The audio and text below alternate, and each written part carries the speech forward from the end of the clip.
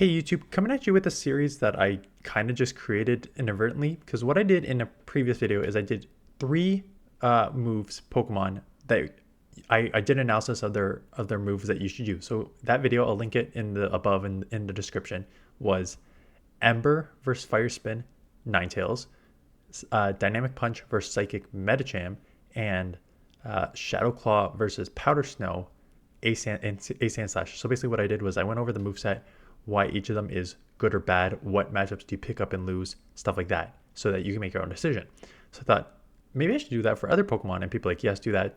And one of the top Pokemon was a Ninetales because you can run it with the Powder Snow or you can run it with Charm, and both have play, but it significantly affects how you team build and how you play with Pokemon.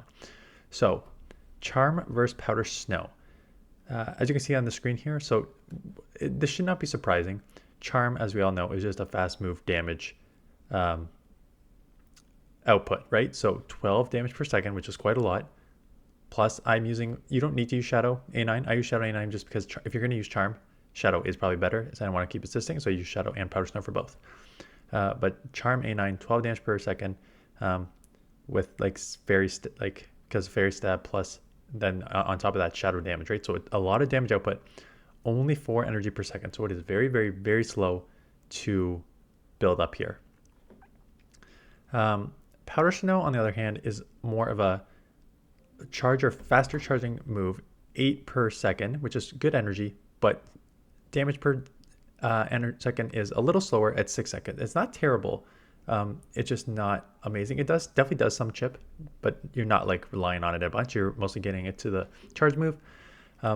I have a Weather Ball and Dazzling Gleam as a charge move for both. For sure, Weather Ball, Dazzling Gleam you should use with Powder Snow.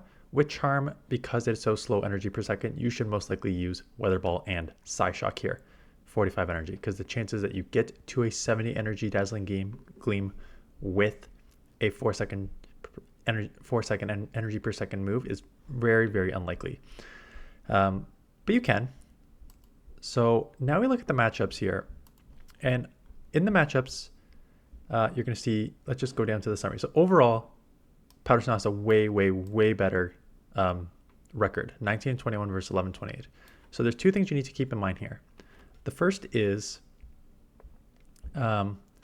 like what you're picking up and what you're losing. So basically your pick with Charm A9, you're picking up what is essentially water Pokemon or Pokemon like Scrafty that is weak to Fairy. So Azumarill, Dugong, the other Ninetales, so ice or water, and Pelipper. So these Pokemon Pelipper would take neutral from ice, but you're just at that point you're just overpowering it because it's so glassy. But these three, Azumarill, Dugong, Ninetales, resist ice, so the Charm damage is doing a lot more. But you're also losing a lot, and way more, and it's because there's a few of these, Diggersby, Gligar, Noctowl, Superior, right, Trevenant, all the grass. You now just lose all the grass, which is why you have to actually change your team building concept, which I'll go over. And there's a couple like Fire, and then Cofagrigus, and even Mantine, like a lot of these other bulkier Pokemon that you are now losing to that you would otherwise beat, and just because A9 is not super glassy, but it is on the glassier side, and then the Charm damage, it's a slow to register, so unless you're doing like a full Charm down, it won't work as well. A lot of time when you're using Ninetales, you're not using it in the Charm A9, you're not using it in the one shield. You're either using it to punish something weak to Fairy, Medicham, Sableye, or you can use it on the lead in the 2 shield and just sort of run with it, right? So this was the record in the 1 shield, 11-28, in the 2 shield, 29-11, right? And you do way, way, way, way better in the 2 shield, just picking up a ton of things that you're essentially just double shielding and farming down. Jellicent, Lanturn, Quagsire, again, Scrafty, Medicham, already weak to it. Swampert, Toxstroke, Vigoroth. These are the Pokemon that probably would beat you in the 1s that you are now taking in the 2s. I mean, Scrafty wouldn't beat you in the 1s either with Medicham, but that would take you in the 2s. That you can take in the 2s because you're just like overpowering with the Charm damage. And that's where that is better. But on the other hand, it's probably much, much, much worse in the 0 shield, right? Actually, it's not significantly worse. 1723 versus 1822. It's not significantly worse. It is just much worse in the ones. So when you're playing that, keep in mind. So based on what we just saw here, there are two things that you need to think about. So let's just start with team number one, because team number one is a very, very easy, obvious team. Powder Sun Running, Powder Snow, Weather Ball, Dazzling Gleam on team number one. I have Swampert Lead, Swampert Ninetales, core that just dominates together, right? You have Swampert that's only weak to grass, A9, which will dominate the grass with Powder Snow Weather Ball, A9, which is going to have trouble with steels and rocks.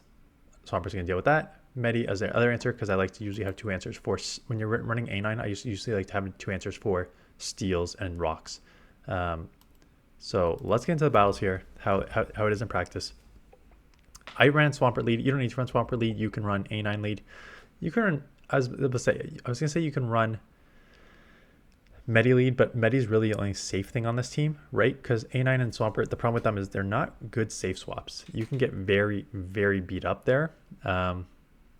I throw an Earthquake here. It's because I was playing at 3 a.m. and I'm like, I thought it was a Jellicent for a second. I'm like, no, that's not a Jellicent. Hydro would have been much better here. So yeah, throw the Hydro in this matchup, not the Earthquake. But I was just not focusing here. So they take that. But now you're just seeing like, even low here, Charm probably would have got down before they got to a move. But even Powder Snow Weather Ball is taking this out before they get there. Like the Powder Snow Weather Ball is quite a hard hitting combo on Ninetales. I'm going to shield up one. They do lunge me, so that's unfortunate because I would have been resisted. But get a Weather Ball off here. If I remember, they shield. And this is where now... I'm going to lose this one. That's fine. I was going to say where the Spamminess comes in, but they did have a huge energy advantage. So going to go down there. And this is a sign of where Metachamp is just dominant. Full farm down. So lucky there that they did not come into Gligar immediately. Because now, if they came in Gligar, I would not have outpaced they would have outpaced me to 2 air releases. But now I'm going to outpace to 2 Ice Punches because I got the full farm down on the Galvantula. And one will not take me out because it is a non-shadow. So take them out. So kind of lucky there. If they just got out immediately, I probably would have lost that matchup. But we do have a couple in... I got 4 battles in each. We do have a couple where Ninetales does come in pretty clutch here. So this is a decent matchup. It won't one-shot from this range. But because they're non-shadow, I can easily live what is just an air release here because they threw right on 5 here. So live that with ease. Probably going to go for a second one. They try and catch, and this is where Ninetales comes in super handy. Again, a bit classy, so you need to shield. They're double weak to ice already. You can see that. So going to try and CMP this. Just throwing it right there. This will take it out. So if they do not shield, this will take out because it is a hard-hitting, super effective move. Goodbye. Not a hard-hitting move, but it's a pretty good move. They can't come in Gligar because I'm going to light them up. So they come in Lanturn. So anything that resists your Powder Snows makes this much worse, which is why getting to Dazzling Gleam is nice. And look at the Dazzling Gleam is such a hard-hitting move. And now we just saw that resisted Weather Ball took out a Frostlass. It'll probably do the same thing here. So they need to shield to get this move off. But by that point, the damage is done. Grabbed a shield, took the super low. It is counter range. Just going to counter it all the way down to come out with a move in the back here. Take this move, that's fine. Throw a Thunderbolt, it hurts. Gligar comes in, get this Ice Punch off to put it low enough that a Hydra will take this out with ease from this range. So again, that was easy-ish because they had 2 things weak to ice, but if you get energy advantage on this thing, being able to land Dazzling Gleams in neutral situations is really, really good. So they get out into Dragon. I could have played this 2 ways. I came in here because it's just super effective. I get to the moves fast. Break and Swipe is resisted. So I actually go back-to-back Breaking Swipes here. I could have also came Medichamp because Medi would have resisted the counters. So I'm kind of fine either way. But as I'm very much resisting these Breaking Swipes, I grabbed a shield and I'm going to take Switch here, which is huge. Just throw whatever move. Again, this is 2 times lowered and resist. It is not going to do anything here. But that's fine. Chip is chip. Come back in Swampert. Water Gun Lanturn makes this matchup not very comfortable for Swampert, because these Water Guns do start adding up pretty quickly. I have a shield advantage, which is nice. Get this Earthquake off. If I remember, they shield and I get to another Earthquake. Again, the problem, I did actually go over Spark first. Actually, that's probably another video that I will link in the description. Water Gun. I'll just make a playlist for all these. Is Water Gun versus Spark Lanturn. I did that analysis too, of the trade-off, and it's Gligar on the back. So Pidgeot Lead is an okay lead. They go straight into Lickitung. I am going to Hydro this, so that way I can just counter all the way down, because then I can come out with 2 Ice Punches. So counter all the way down. I may need to throw. The problem with the Lickitung in the zeros is Lickitung can actually take this in the zeros. I do have 2 Ice Punches, so I'm going to throw 1 most likely when the Pidgeot comes back in. So I throw it. I think I get both off if I remember. Yeah, I get both off, which is huge.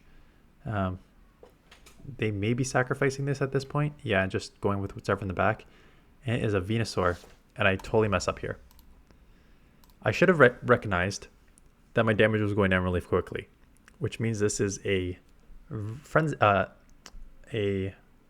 Frenzy Plant, a Razor Leaf Venusaur. It's a Shadow. I'm a Shadow. If I was a non-Shadow, I probably could have gotten to 3 moves, but I can't. I can't get to 3. And because they get these extra Razor Leafs through, I essentially go down. So what I should have done is I should just fast move damage this all the way down, because I would have got 2 more through there and I would have taken it low enough. Fortunately now, this Razor Leaf damage does all the damage it needs to do. So that was a misplay on my part. I should just recognize that. I mean, the Venusaur versus A9 without Razor Leaf is very comfortable, is very good matchup for A9, but it is a bit glassy, and that damage does go through there. So team number 2, because you're introducing Charm A9 into the mix here, you can't run Swampert, because in that exact situation against Venusaur, Charm is resisted because it's a poison. So Poison Grass would light you up. So you have to get something that can also deal with grass. I put in Gligar with, again, Medi as a safe swap. So Charm here, they end up having Charm too. Because the Charm damage is doing so much, like they go to Psyshock. I don't think there's a point of going to Psyshock. I just go straight Weather Ball, because I've got to imagine that Weather Ball's going to chip enough plus Charm to take this out before they get to that. But now they're at that. That's fine. I can take this. I know it's Charm, which means Gligar is a bit better here, because I don't need to worry about the Powder Snows. I am going to throw before they get to the Weather Ball. I don't want to shield unnecessarily. And I've already got a decent amount of energy. So take that out. Out comes a Diggersby. Diggersby is my next one, FYI. Quick Attack versus Mud Shot. So I'm just going to chip this and then probably take a move, because I'm kind of forcing them to throw Hyper Beam, but they bait me. Get a little bit more energy and then come in Medi, knowing that I could take this move. And I'm like, if they're coming in Diggersby here, it's like I take a Hyper Beam there. But my thought process was, if they're coming in Diggersby, which is a ground type Pokemon with mostly ground type moves, into a Gligar, they're pretty weak in the back to Gligar. So I wanted to get Gligar in here as soon as I could. Get off a Psychic, which is great. They Power Punch me, which is good and bad. I get to another move. The problem is I'm going to have to throw a move, because they could be at like a Ice Punch or a Psychic, which would take me out. So I just need to Stampede here, grab a shield, or take it out. They shield, which is not surprising. They're boosted and they have like a Nice Punch or Psychic. They end up having Psychic, if I remember. So they have a Psychic. I would have got the farm down because they threw like all their energy. So they come in Diggersby, get this dig off because Diggersby is tanky. I didn't want to risk it. Wing attack down. Gliscor, again, Gliscor not as good as a charm. I mean, you're still a good matchup, but I had charm, so it's not as good. They come Dugong, and the thing with this is what I often do is you can just like, this is actually, let me pause it because this is actually a good way to use Ninetales. It's very similar to how I said Defense Deoxys. Defense Deoxys, I say, even in bad matchups, all you do is you counter 5 times, you Psycho Boost, chip or grab a shield, and leave. And that's kind of the same thing with Charmers on the lead in neutral matchups. If they come into Dugong, which I do, I have a good matchup in Medi, right? I have a good matchup in Medi. I could just come in immediately, but the charm damage is going to add up a ton. They're just unresisted moves at you. So if I can chip significantly, which means, yes, I'll take a move here, that's fine. But now, this is just counter range. And what that's going to allow me to do is come out with 2 basically ice punches. So if the Gligar comes back in, not Gligar, Gliscor. If the Gliscor comes back in, I'm going to be able to ice punch multiple times here. Super effective. And keep the alignment on the Ninetales. I mean, I don't need alignment. Gligar is fine. But basically, allowing you to chip gives you just more freedom in that secondary matchup. So my attack is lower, so these aren't doing as much, but this will take out here if they let it go. They shield, so there's 1 shield. They're going to have to throw because I'm going to get to another ice one. Yep. So they have to throw. So I'm up shield. I'll keep alignment with Ninetales. I already have a move, so I'm going to throw it. So throw it here, and they shield. So 2 things. I was like, why? In this moment, I'm like, 2 things crossed my mind here, and I read it perfectly. I'm like, 1, why would you shield unless you're weak in the back to this? But then I thought the team comp, and I'm like, Gliscor, Flyer, Dugong as a safe swap that they left. I mean, they would have left anyways, but Dugong as a safe swap, it could be a double ice team in the back. But the only double ice team that you may use at this point is Frostlass or Sandslash. If that's the case, I probably just need both shields for Gligar. Gligar can take both those matchups in the 2 shield for sure, but I need the shields. So I decided to just let this go. Out comes the Sandslash. And this is where I don't need both shields because I get to the dig before they get to the second ice punch, but shields are nice here. Get the dig off. This will take out because we're both shadows. And then I can just wing attack down. So Ninetales against Galvantula. This is the one where you're just going to fast move damage all the way down. So they're going to get to a move. You shield. You win in the 1v0 shield. You can just charm down at this point. They do lunge me, which is, I guess, a good idea. It was resisted, but I'm just going to commit to the full charm down. Have a bunch of energy coming out. Out comes Stunfisk. I could have done this 1 of 2 ways. I end up chipping here. The thing with this is it is still neutral, but I could have also banked that energy, just came in immediately. So, but that is decent chip. And out comes a Azumarill. And Psychic still chips this a good amount. So I do not want my Gligar to see this Azumarill, that's for sure. Play Rough does not take you out because Medi is just so tanky. I got a second Psychic, which is great. This will do great chip damage, or actually I probably would have almost taken them out. So they're going to go full farm down. Oof. They probably could have gone full farm down. This is a lot of energy to dump unnecessarily when I'm only like 1 or 2 bulbs away. Maybe they're worried about that. They come back in, Stunfisk again. And again, I'm just going to chip this. Because I think if I chip this, I'm probably in Aerial Ace range. Between the wing attacks and Aerial Ace. And if I'm not in Aerial Ace range, it's okay because I'm going to come out with a bunch of energy. And I think energy is what I need with the Azumarill. So I'm just going straight Aerial Ace here. I'm hoping between the Shadow, it's enough. Even though it's resisted, it is not enough. So they get to another move. That's unfortunate, but that is okay. Because again, I'm at almost 2 Aerial Aces coming out of this and a Charm User. So there's 1 getting us off here.